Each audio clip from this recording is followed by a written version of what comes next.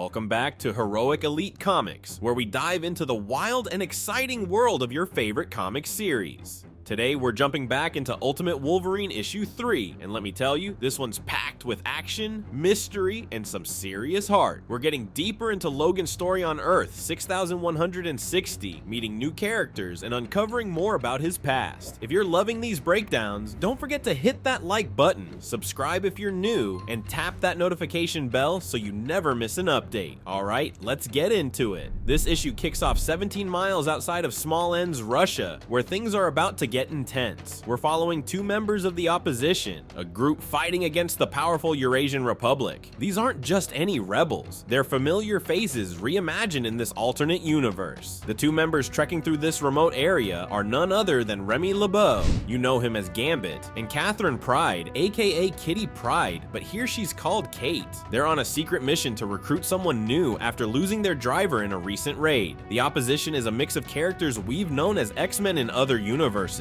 which makes it super cool to see them in this fresh, rebellious role. When they meet their potential recruit, there's a tense moment. Gambit and Kate are cautious. They've been with the opposition for at least a year, and they know the Republic is hunting them. Trust is hard to come by.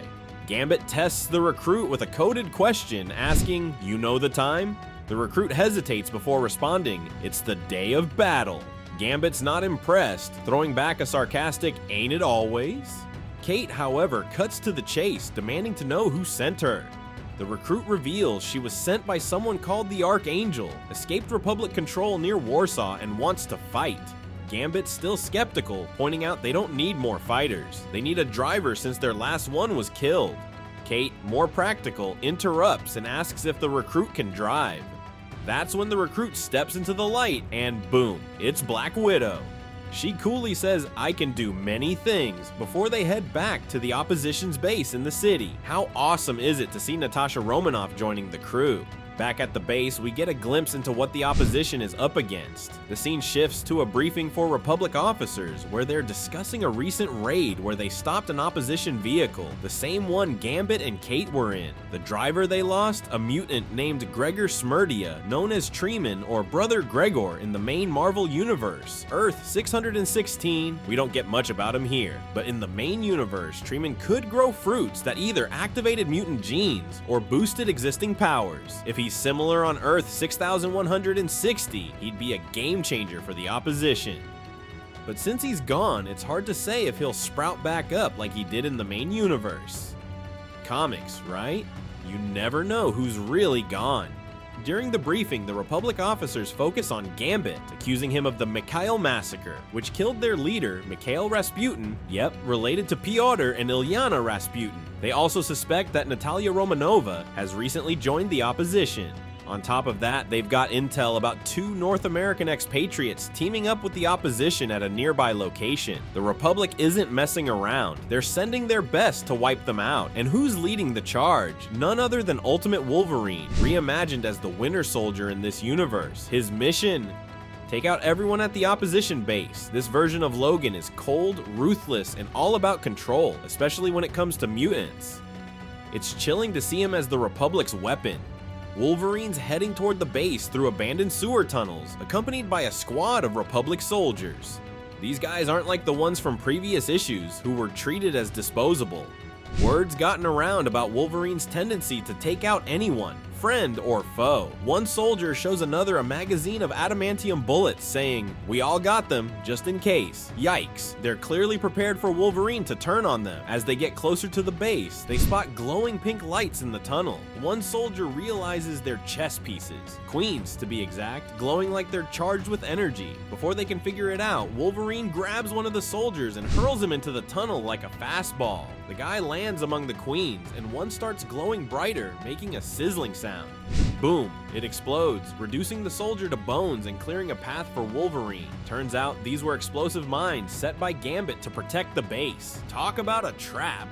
The explosion alerts the opposition that their base is compromised. Gambit knows the mines will only slow the intruders down, so he tells Natasha to start the truck. It's already loaded and they need to move fast. Kate jumps in with her, and there's a sweet moment where she and Gambit share a quick kiss before splitting up. It's a little flirty, a little risky, and you can't help but wonder what the main universe Logan or Colossus would think of this. But there's no time for romance. The truck won't start. Natasha's frustrated, muttering, "Come on, I just escaped. Don't let me get caught now." Meanwhile, Gambit rallies the opposition soldiers to grab their guns and cover the door. He checks the camera feed and sees a single man with knives, Wolverine. Gambit's gut tells him this isn't good. As Wolverine slices through the door, the truck finally roars to life, but it's cutting it close. He kicks the door down and charges in, and the opposition soldiers open fire. The bullets bounce off him like they're nothing. Ping, ping, ping. Gambit, cool as ever, pulls a card and quips, "My, what big claws you have," just as Wolverine tears through the soldiers. The opposition isn't just mutants, it's a mix of regular humans and mutants with minor powers or altered appearances.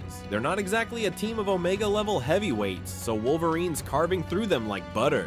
Gambit barely has time to jump onto the side of the truck and toss a few explosive cards to slow Wolverine down, but this guy's relentless, powering through the blasts. Inside the truck, Natasha's driving and Gambit's hanging on, saying it was too close. He mentions knowing someone with claws like that once, but they were bone, hinting at a past connection to Logan. Just when they think they're in the clear, Wolverine catches up, running on all fours like a beast. He slices the lock off the truck's back door and rips it open, revealing Kate, Remy, and Natasha protecting a group of children. This is huge. It shows the opposition's mission isn't just about fighting. They're saving kids from the Rasputin's control. Given Natasha and Remy's rough childhoods in the main universe, it makes sense they'd be driven to protect these kids, mutant or not. Kate confronts Wolverine, shouting that the Rasputins have no claim to these children. When she sees his claws, she gasps, "Oh my god, Logan." She pleads with him, saying, "Logan, stop! I don't want to do this. If that's you, why don't you remember me?" In a bold move, she phases her hand through his head, triggering a flood of memories. We see flashes of Colossus, Wolverine running with wolves, a woman he loved, maybe Silver Fox, but who knows in this universe.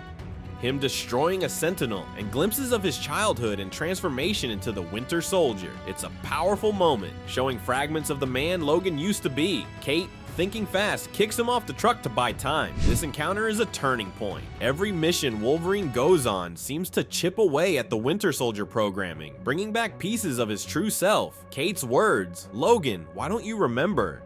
echo in his mind. This is the most memories he's recovered since becoming the Winter Soldier, and it leaves us wondering, will this be enough to break through? The issue ends on that haunting question, setting up what's sure to be an emotional and action-packed continuation. What makes this issue so gripping is how it balances high-stakes action with deep character moments. Seeing Gambit, Kate, and Natasha as rebels fighting for freedom is inspiring, and Wolverine's struggle with his lost identity hits hard. The opposition's mission to save children adds a layer of heart to their fight, making you root for them even more. Plus, the little nods to the main Marvel universe, like Gambit's quips or the hint of his past with Logan, keep things familiar yet fresh in this alternate reality. So what do you think? Will Logan start to remember who he is? Can the opposition keep outrunning the Republic? Let me know in the comments, and if you enjoyed this breakdown, give it a thumbs up and subscribe for more. Until next time, this is Heroic Elite Comics signing off.